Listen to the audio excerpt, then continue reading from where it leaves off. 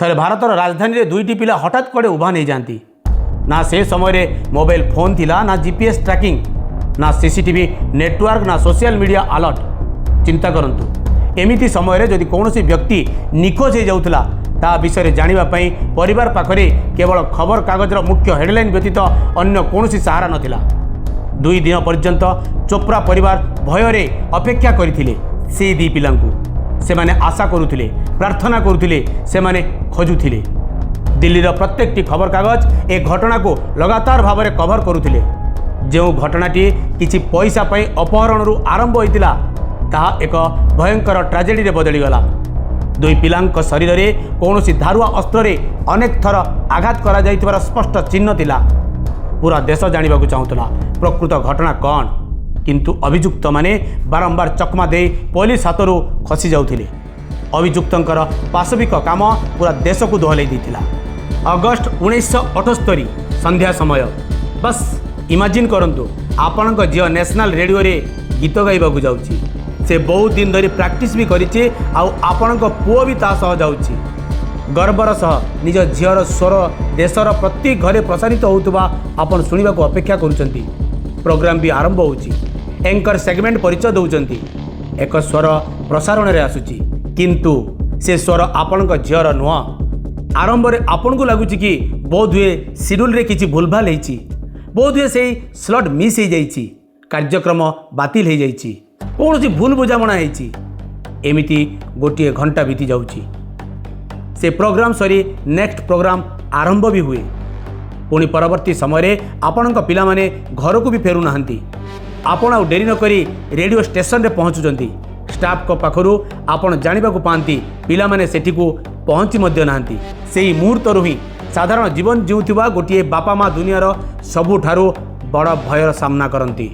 निरीह निष्पाप पिला दीटी हजार हजार लोकों आखि सामने ट्राफिक भरा सहर, ऑफिस, रास्ता एवं अगणित साखींग आगे अपहरण हो जाती।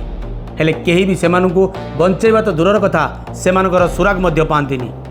आज प्राय 5 दशंधि धरी रंगा बिल्ला मामला भारतर प्रत्येक लोकों मन को डिस्टर्ब करुची। एबे एबे एक घटना उपर आधारित करी राग नामक एक वेब सीरीज मध्य तैयारी होइछि।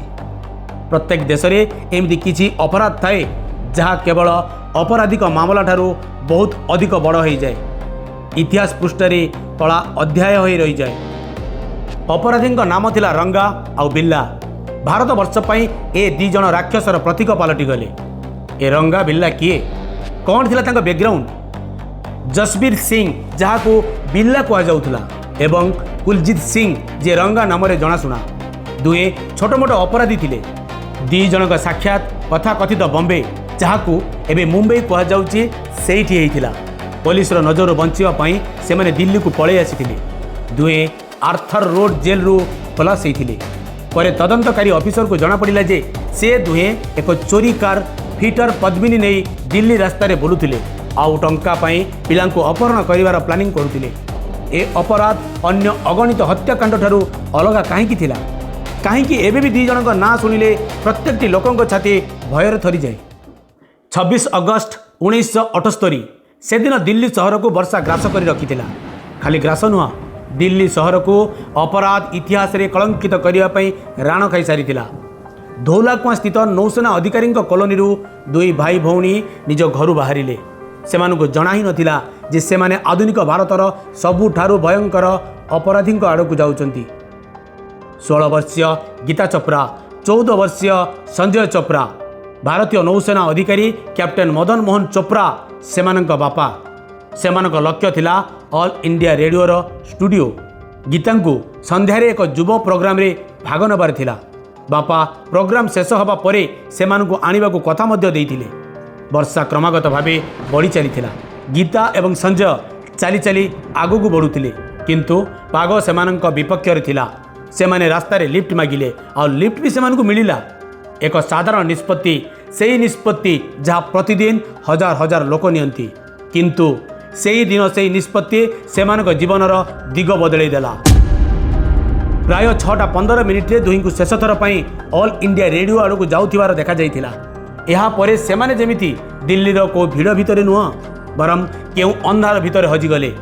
ए अपराध सही समय रही ଯେତେବେଳେ ଭାରତ ଶିଶୁ ସୁରକ୍ଷା ଉପରେ କାମ କରିବା ଆରମ୍ଭ କରିଥିଲା। ସହରୀ ଅପରାଧ ଶେଷ କରିବା ପାଇଁ ରାଣ ଖାଇଥିଲା। ରଙ୍ଗା ବିଲ୍ଲା ମାମଲା ଏହି ଦୁର୍ବଳତା ଗୁଡ଼ିକର ଭୟଙ୍କର ସ୍ପଷ୍ଟତା ସହ ସମସ୍ତଙ୍କ ଆଖିରୁ ପରଦା ହଟାଇ ଦେଇଥିଲା। କିନ୍ତୁ ଏହା ପୂର୍ବରୁ ଆମକୁ ବୁଝିବାକୁ ହେବ ଯେ ସେ ବର୍ଷା ଭିଜା ଅଗଷ୍ଟ ସନ୍ଧ୍ୟାରେ ପ୍ରକୃତରେ ହେଇଥିଲା କ'ଣ। ଏ ମାମଲାର ସବୁଠାରୁ ଉଲ୍ଲେଖନୀୟ ଦିଗ ଥିଲା ଏ ଦୁଇ ପିଲାଙ୍କ ଦ୍ୱାରା ଦେଖାଯାଇଥିବା ପ୍ରତିରୋଧ। ତଦନ୍ତ ସମୟରେ ମିଳିଥିବା ପ୍ରମାଣଗୁଡ଼ିକୁ ସଂକେତ ଦେଇଥିଲେ ସେମାନେ ନିଜ ଅପହରଣକାରୀଙ୍କ ବିରୁଦ୍ଧରେ ସମ୍ପୂର୍ଣ୍ଣ ବଳ ଲଗାଇ ନିଜର ଆତ୍ମରକ୍ଷା କରିଥିଲେ। ପ୍ରତ୍ୟକ୍ଷଦର୍ଶୀମାନେ ଆଖିରେ ଦେଖିଥିବା ସେ ସମୟର ଛାତିଥରା ଆତ୍ମରକ୍ଷାର କଥା କହିଥିଲେ। ଏଭଳି ଅନେକ ସୁଯୋଗ ଆସିଲା ଯେତେବେଳେ ପିଲାମାନେ ଧ୍ୟାନ ଆକର୍ଷଣ କରିବା ସହ ସାହାଯ୍ୟ ମାଗିବାକୁ ଚେଷ୍ଟା କରିଥିଲେ। ସେ ପରିସ୍ଥିତି ବିଷୟରେ ଥରେ ଚିନ୍ତା କରନ୍ତୁ। ଜଣେ 16 ବର୍ଷର ଝିଅ ଆଉ ଜଣେ 14 ବର୍ଷର ପୁଅ ଭୟଙ୍କର କ୍ରିମିନାଲ ସହ ଫସି ଯାଇଛନ୍ତି। ନିଜ ଭବିଷ୍ୟତର ଅନୁମାନ ଲଗାଇବାରେ ସେମାନେ ଅସମର୍ଥ, ନିଜ ପରିବାର ସହ ଯୋଗାଯୋଗ କରିବାରେ ଅସମର୍ଥ, ଆହୁରି ମଧ୍ୟ ଜାଣିବାରେ ଅସମର୍ଥ ଯେ ତାଙ୍କୁ ଉଦ୍ଧାର କରିବା ପାଇଁ କିଏ ଆସିବ ନା ନାହିଁ। ଏଭଳି ପରିସ୍ଥିତିରେ ଆଚ୍ଛା ଆଚ୍ଛା ଲୋକ ଭୟରେ ନିଶ୍ୱାସ ବନ୍ଦ ହୋଇଯାଏ। କିନ୍ତୁ ଗୀତା ଆଉ ସଞ୍ଜୟ ଲଢ଼ିଲେ, ସେମାନେ ପ୍ରତିରୋଧ କଲେ, ସେମାନେ ଆତ୍ମସମର୍ପଣ କରିବାକୁ ମନା କରିଦେଲେ। ବର୍ଷ ବର୍ଷ ପରେ ଜୁଡ଼ିସିଆଲ କମେଣ୍ଟସରେ ମଧ୍ୟ ଦୁଇ ପିଲାଙ୍କ ଦ୍ୱାରା ଦେଖାଯାଇଥିବା ଅସାଧାରଣ ସାହସକୁ ସ୍ୱୀକାର କରାଯାଇଛି। ପୋଲିସ ନିଜର ଚେଷ୍ଟାକୁ ଜୋରଦାର କରୁଥିଲା। ତଦନ୍ତକାରୀ ଅଫିସରଙ୍କ ଅନୁସାରେ ଗୀତା ଆଉ ସଞ୍ଜୟଙ୍କୁ ଅପହରଣ କରି ଦିଲ୍ଲୀର କ୍ୟାଣ୍ଟ ଅଞ୍ଚଳ ପାଖରେ ଥିବା ଏକ ସୁନସାନ ଜାଗାକୁ ନିଆଯାଇଥିଲା। ଆଉ ସେହି ରାତିରେ ଦି ଭାଇ ଭଉଣୀକୁ ହତ୍ୟା କରାଯାଇଥିଲା। ସେମାନଙ୍କର ଶବକୁ ବୁଦ୍ଧ ଜୟନ୍ତୀ ପାର୍କ ନିକଟରେ ଫୋପାଡ଼ି ଦିଆଯାଇଥିଲା। ହଁ, ସେହି ବୁଦ୍ଧ ଜୟନ୍ତୀ ପାର୍କ, ସେହି ରୋଡ଼ ଯେଉଁଠି ନିର୍ଭୟା ଗଣଦୁଷ୍କର୍ମ ମାମଲା ଘଟିଥିଲା। ତାପରେ ଅଗଷ୍ଟ 28 ତାରିଖରେ ସବୁଠାରୁ ଭୟାବହ ଘଟଣା ସାମ୍ନାକୁ ଆସିଲା। ଜଣେ ଗାଈ ଚରାଳି ଗାଈ ଚରାଉଥିବା ସମୟରେ ଦିଲ୍ଲୀର ରିଚ୍ ପାଖରେ ଦୁଇଟି ଶବ ଦେଖିଥିଲେ, ଯାହାଦ୍ୱାରା ଗୀତା ଆଉ ସଞ୍ଜୟ ସନ୍ଧାନର ଯନ୍ତ୍ରଣାଦାୟକ ଅନ୍ତ ଘଟିଲା। ସେ ଶବ ଗୀତା ଆଉ ସଞ୍ଜୟ ଚୋପ୍ରାଙ୍କର ହିଁ ଥିଲା। ପୋଷ୍ଟମର୍ଟମ ରିପୋର୍ଟ ସାରା ଭାରତବର୍ଷ ଜନତାଙ୍କୁ ହଲେଇ ଦେଇଥିଲା। ଉଭୟ ପିଲାଙ୍କ ଶରୀରରେ କୌଣସି ଧାରୁଆ ଅସ୍ତ୍ରରେ କରାଯାଇଥିବା ଅନେକ ଆଘାତର ଚିହ୍ନ ଥିଲା। ସମ୍ବାଦପତ୍ର ଗୁଡ଼ିକରେ ଏହା ବ୍ୟାପକ ପ୍ରସାରଣ କରାଗଲା। ଆଇନ ଶୃଙ୍ଖଳା ପରିସ୍ଥିତି ଉପରେ ପ୍ରବଳ ଚାପ ପଡ଼ିଥିଲା। ଅନେକ ଭାରତୀୟଙ୍କ ପାଇଁ ଏହା କେବଳ ଅପରାଧର କାହାଣୀ ନଥିଲା, ବରଂ ଭୟ ଦୈନନ୍ଦିନ ଜୀବନରେ ପ୍ରବେଶ କରିଥିଲା। ଦେଶ ଜାଣିବାକୁ ଚାହୁଁଥିଲା, କିନ୍ତୁ ଅଭିଯୁକ୍ତମାନେ କ୍ରମାଗତ ଭାବରେ ଗିରଫଦାରୀରୁ ବର୍ତ୍ତି ଯାଉଥିଲେ। ପ୍ରାୟ 2 ସପ୍ତାହ ପର୍ଯ୍ୟନ୍ତ ସେମାନେ ଗିରଫ ହେବାରୁ ବଞ୍ଚି ରହିଲେ। ଆଉ ତାପରେ ତଦନ୍ତରେ ଅଗ୍ରଗତି ଦେଖାଗଲା। ପ୍ରତ୍ୟକ୍ଷଦର୍ଶୀଙ୍କ ବୟାନ, ଗାଡ଼ି ସହିତ ଜଡ଼ିତ ସୂଚନା, ଅପରାଧୀଙ୍କର ଗତିବିଧିର ବିଶ୍ଳେଷଣ ଧୀରେ ଧୀରେ ପୁଲିସକୁ ରଙ୍ଗା ଏବଂ ବିଲ୍ଲା ପର୍ଯ୍ୟନ୍ତ ପହଞ୍ଚାଇବାକୁ ଲାଗିଲା। ଶେଷରେ ସେପ୍ଟେମ୍ବର 1978ରେ ଦୁହିଁଙ୍କୁ ଗିରଫ କରାଗଲା। ରିପୋର୍ଟର୍ସ କୁହନ୍ତି ସେମାନେ ଏକ ମିଲିଟାରୀ ଟ୍ରେନ୍ ବଗିରେ ଯାତ୍ରା କରୁଥିଲେ ଯେତେବେଳେ ଅଧିକାରୀମାନେ ସେମାନଙ୍କୁ କାବୁ କଲେ। ଗିରଫଦାରୀ ପରେ ସମଗ୍ର ଦେଶର ନଜର ଟ୍ରାଏଲ୍ ଉପରେ ରହିଲା, କାରଣ ଏବେ ପ୍ରଶ୍ନ ଥିଲା ପୀଡ଼ିତାଙ୍କୁ କ'ଣ ନ୍ୟାୟ ମିଳିବ। ଆରମ୍ଭ ହୋଇଥିବା ମାମଲା ଭାରତର ସବୁଠାରୁ ନିକଟରୁ ଦେଖାଯାଉଥିବା ଆଇନଗତ ମାମଲାଗୁଡ଼ିକ ମଧ୍ୟରୁ ଗୋଟିଏ ପାଲଟିଗଲା। ପ୍ରମାଣଗୁଡ଼ିକ ବିସ୍ତୃତ ଯାଞ୍ଚ କରାଗଲା, ସାକ୍ଷୀମାନଙ୍କର ବୟାନକୁ ସୂକ୍ଷ୍ମତାର ସହିତ ପରଖାଗଲା, ଆଇନଗତ ଅପିଲ ଦାୟର କରାଗଲା ଏବଂ ଶେଷରେ 2 ଅଭିଯୁକ୍ତଙ୍କୁ ଦୋଷୀ ସାବ୍ୟସ୍ତ କରାଯାଇ ମୃତ୍ୟୁଦଣ୍ଡ ଦିଆଗଲା। ଅପରାଧୀମାନେ ଉଚ୍ଚ ଅଦାଲତକୁ ଗଲେ। ଉଚ୍ଚ ଅଦାଲତଗୁଡ଼ିକ ମଧ୍ୟ ଦଣ୍ଡାଦେଶକୁ କାଏମ ରଖିଲେ। ଆଉ ଶେଷରେ ଜାନୁଆରୀ 1982ରେ ରଙ୍ଗା ଆଉ ବିଲ୍ଲାକୁ ତିହାର ଜେଲରେ ଫାଶୀ ଦିଆଗଲା।